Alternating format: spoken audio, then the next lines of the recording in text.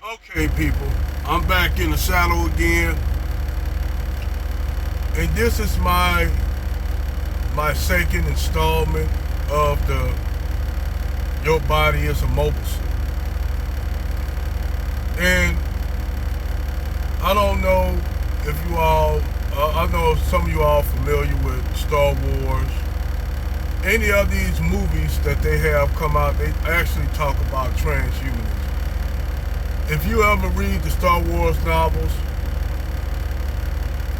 you know the rise of Darth Sidious, and you all don't remember Darth Sidious actually killed by Darth Vader, so they thought. But see, by his body being infused with the Mandalorians that were in his body, his consciousness can transfer into another body. And if you pay attention to when he was talking to Anakin when they was up in the theater, and he was telling them about Darth Plagueis.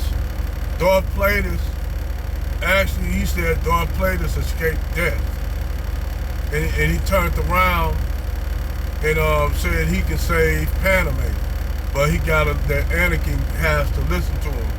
He said, how? He said, Darth Plagueis can actually escape death. Darth Plagueis escaped death. So, what he was hinting towards Anakin, that he really was Darth Plagueis. Darth Sidious, Emperor Palpatine, not Emperor Palpatine, Chancellor I'm tripping, I'm messing up his name.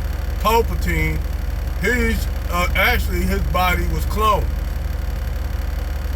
And the thing is, this is what, basically, if you look at the Clone Wars, not only are the clone soldiers were cloned, but he was cloned. So, his body was cloned, so if he died, his consciousness can transform and go into another body. And this is why all these movies touch on this. Shows like Caprica, Battlestar Galactica and Caprica touched on the whole idea of Caprica touching on transhumanism. It's that part when they created the first Cylon. The first Cylon, the scientist, the engineer took the consciousness of his daughter and put it into the Cylon, which would become the Cylon. So his daughter, to bring his daughter back, he put his consciousness inside the robot, which the robot became his daughter because he was trying to save his daughter. And the only way he could save his daughter if he took her consciousness and put it into the machine. All right, follow me here. Okay, all these movies touched on this. And if you look at all these movies like Ghost and shit, see, the thing is, this is what people don't know. People think that your spirit, when you die, that's it. That's it. No. When your body dies, that's it for your body.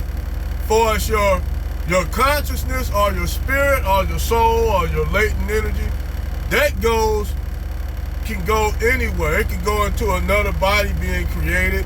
Anything. This is why the concept of modern religion fucked everything up. Because the concept of religion just tells you just die, you go to hell or heaven if you do this, you do that. Basically telling you, as a form of religion, it's a form of control. It has good merits, but it actually was put in to control humanity. To keep humanity from basically butchering itself up. If you didn't have, I understand first, I didn't follow religion, but I understand it. Because some people need a moral compass. And religion gives people that moral compass. If the system were to fall to shit and people find out that God is not real, that all this shit is a lie, you know what what will happen to people? If you tell them that there was no God, that everything was a lie, what will happen? Whole morality people will fall to shit. Morality will fall to crap because people don't understand you should have your own moral compass. You should have self-control. And being human, being nothing more than evolved animals, your body, your consciousness is the only thing that separates you from the animals. But hold up. People tell you that animals don't have spirits. They're just animals. That's a lie too. Because actually, I'm going to be honest with you. The Hindus had it right. I'm going to say it again. One more again. The Hindus had it right.